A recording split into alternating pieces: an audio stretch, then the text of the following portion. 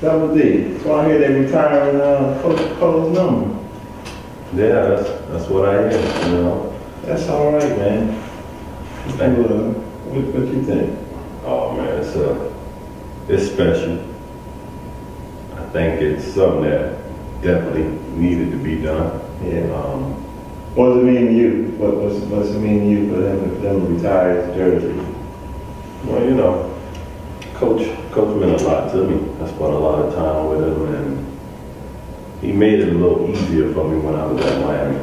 I guess he kind of understood what I was going through at times, you know? It was that another guy I called like a father to me, that was from being in Miami at that time, you know, him and Joe Cox. And we were real close, but, you know, Coach helped time at Miami, Ohio to be a lot easier. A lot easier, you know, and for a guy like him, he's accomplished a lot. And I think it's a privilege to even be able to talk about it, you know, so kudos to my man, Charlie Coles, love you.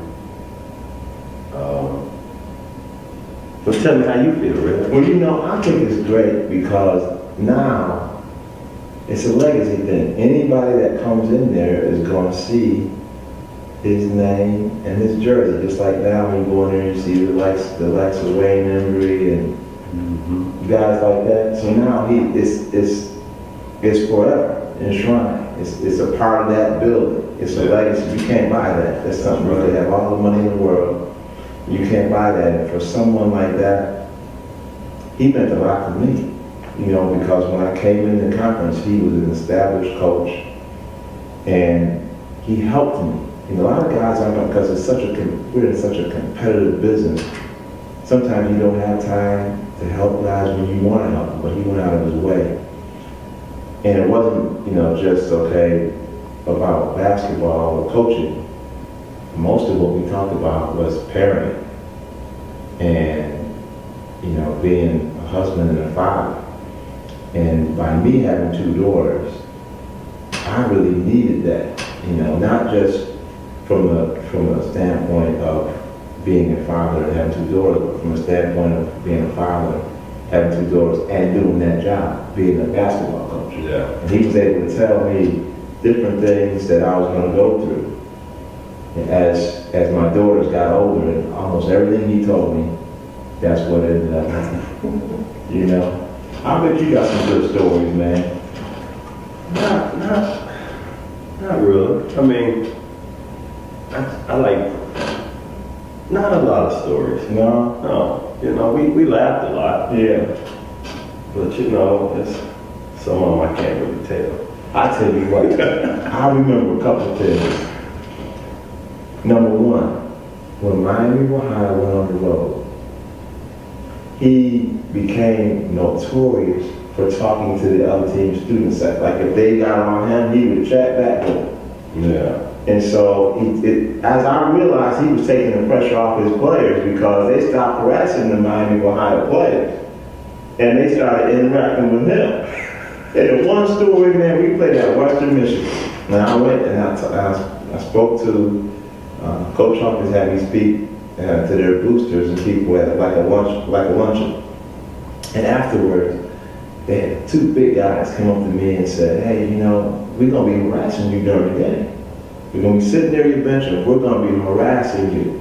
I said, "Okay, well that happens sometimes when you go on the road." He said, "Well, hold it, wait a minute now. Our favorite guy is Charlie Coles from Miami, Ohio." I said, "Really? He's one of my favorites too. Why is he one of your favorites?" Because he talks back to us. He said, "Why don't you do that?" I said, "No, I can't do it like Charlie."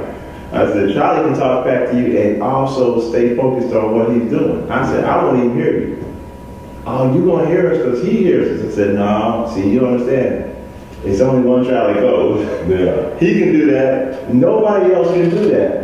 And he did it when he came to our place. They started harassing him. He started talking back to the crowd, and he was in such a rhythm with what he did.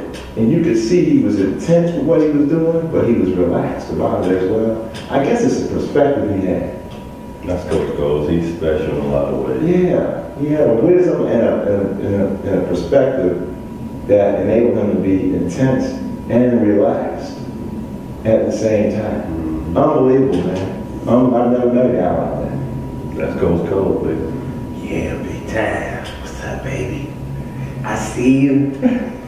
Me and my man Reg, we gonna do this. I got one little story though. When I was up in Miami not too long ago, he called Sean's mom one day. Sean is one of the guys on the staff. And he calls him, he say, Moxter, where Double D at? Right? So he's like, Well, you make sure Double D call me back, baby. You tell him to get over here. I need to see him. We're gonna have us a drink. And tell him don't come over here acting like he ain't drinking. Tell him he gonna wear the drink, or he gonna drink the drink.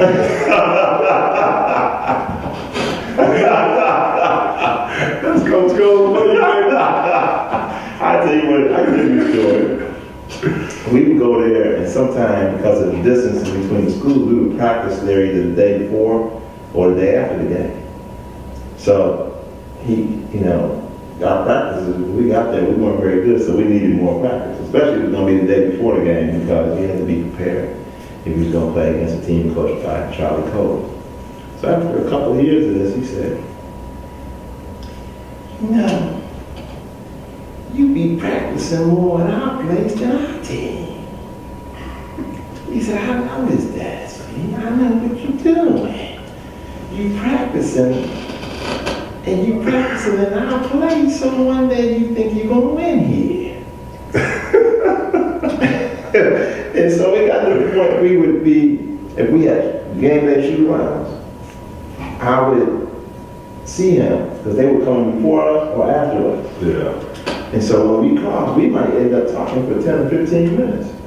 And the assistant coaches would hope that didn't happen because it was going to delay their day. So they would say, oh, get them two away from each other, because when they get to talking, they're not going to be able to be pulled apart. Yeah. That, and of course, his lovely wife. What a wonderful person. Oh, my coach. Oh, what a wonderful person. Oh, my goodness. What a wonderful person. She was it was the only place I could go to. We lose, and I would see her and feel okay. I wasn't in a bad mood for the time that I would see her, because she was so gracious. Yeah. She told me, she said, you used to be my favorite coach, but if you keep winning, of course her husband was a favorite coach, but she said I was a visiting coach. Yeah. And one game we played when they sang the national anthem. And she could make you feel so good just looking at her. So to her, I'm just so glad for her and for his kids that this tribute is being paid to Charlie Cole. That's right. It's a legend, it's a legacy that will forever be enshrined at RedHawk. That's right. Charlie Cole, one of a kind.